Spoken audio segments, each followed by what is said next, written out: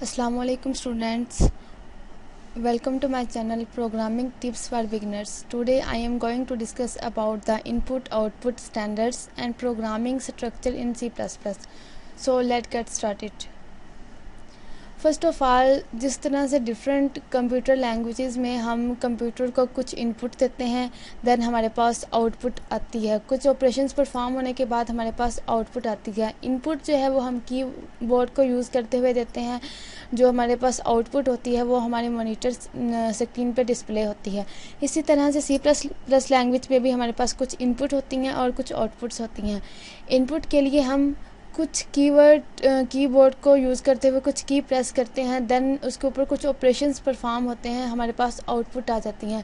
अब हम देखेंगे कि C++ प्रोग्राम में प्रोग्राम कोडिंग के अंदर किस तरह से हम इनपुट को गेट करेंगे और किस तरह से हमारे पास आउटपुट जो है डिस्प्ले होगी।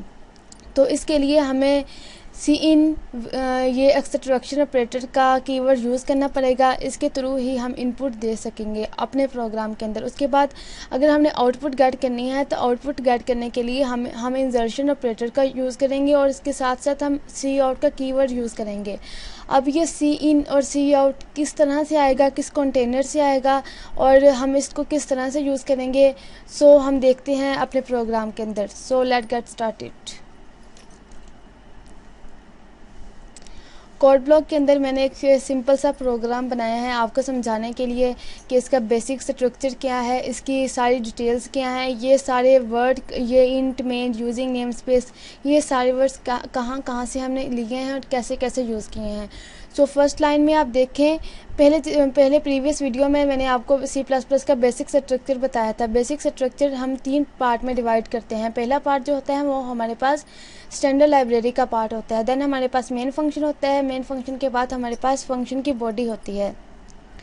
जो हमारे पास स्टैंडर्ड लाइब्रेरी का पार्ट है, इसमें क्या है, यहाँ पे फर्स्ट लाइन में देखें कि hash include input output stream, IO stream. I का मतलब इनपुट, ओ का मतलब हमारे पास आउटपुट और स्ट्रीम का मतलब फ्लो ऑफ डाटा का फ्लो।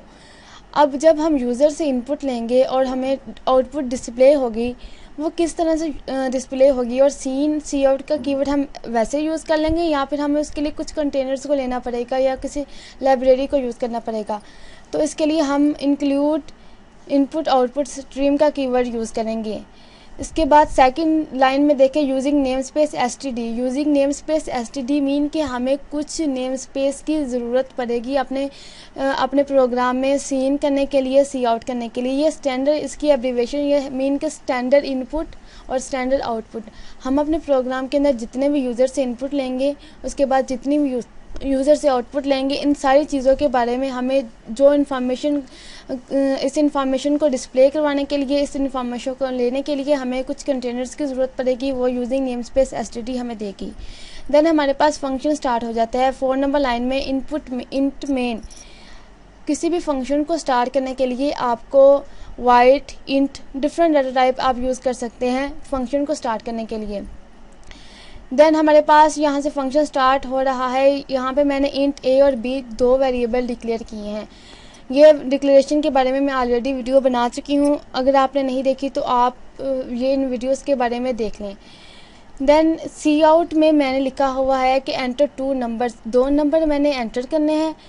जैसे ही मैं 2 नंबर एंटर करूँगी ये Cout होंगे, ये कंप्यूटर मुझे कंसोल स्क्रीन पे प्रिंट होंगे। कंसोल स्क्रीन पे मुझे दिखाई देंगे कि ये Cout के अंदर जो भी हम डबल कोटेशन में लिखेंगे ना, वो वही कंसोल स्क्रीन पर same as it is print होगा। और Cout के बाद मैंने यहाँ पे सेमीकोलन यूज़ किया। अगर हम सेमीकोलन यूज़ नहीं करेंगे तो ये हमें एरर्स देंगे। देन हम सीन, यहाँ पे लाइन नंबर 8 में देखें सीन मीन कि हम इनपुट लेंगे यूज़र से। इनपुट के साथ जो ऑपरेटर, एक्सट्रैक्शन ऑपरेटर 2 यूज़ किए गए हैं, ये यूज़र से इनपुट लेगा और ये इन वेरिएबल्स में स्टोर कर देगा। इंट डाटा टाइप मैंने यूज़ की है a और b के वेरिएबल में। यहाँ जो भी मैं इनपुट जो है वो एंटर करूँगी वो इसमें स्टोर कर देगा। अब आगे इफ़ और ये एल्स, इसके बारे में मैं नेक्स्ट वीडियो में बताऊंगी कि इफ़ एल्स क्या है। ये कुछ कंडीशंस होती हैं, ये कुछ हमारे पास control structure, flow of data होते हैं। इसके बाद इन सारी लाइन ऑफ कोड के बारे में मैं आपको नेक्स्ट वीडियो में बताऊंगी।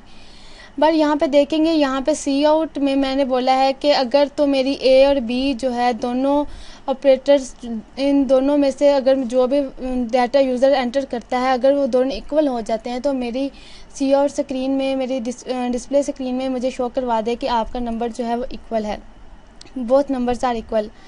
अगर ये इक्वल नहीं होते तो मुझे शो करवा दे कि both numbers are not equal.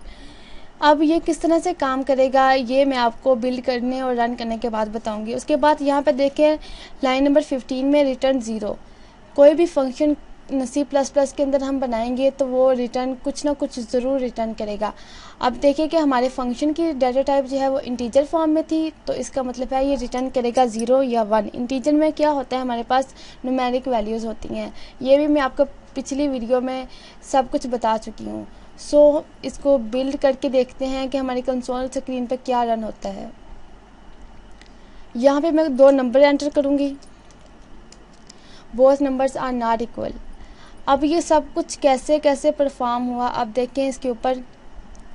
यहाँ से सबसे पहले जो C++ प्रोग्राम में ये भी है कि जब भी कोई भी काम स्टार्ट होगा वो डायरेक्ट मेन फंक्शन में जाएगा, जहाँ पे मेन का कीवर्ड यूज़ होगा ना, इसी फंक्शन में सबसे पहले प्रोग्राम आएगा, देन इसको प्रोसेस करेगा।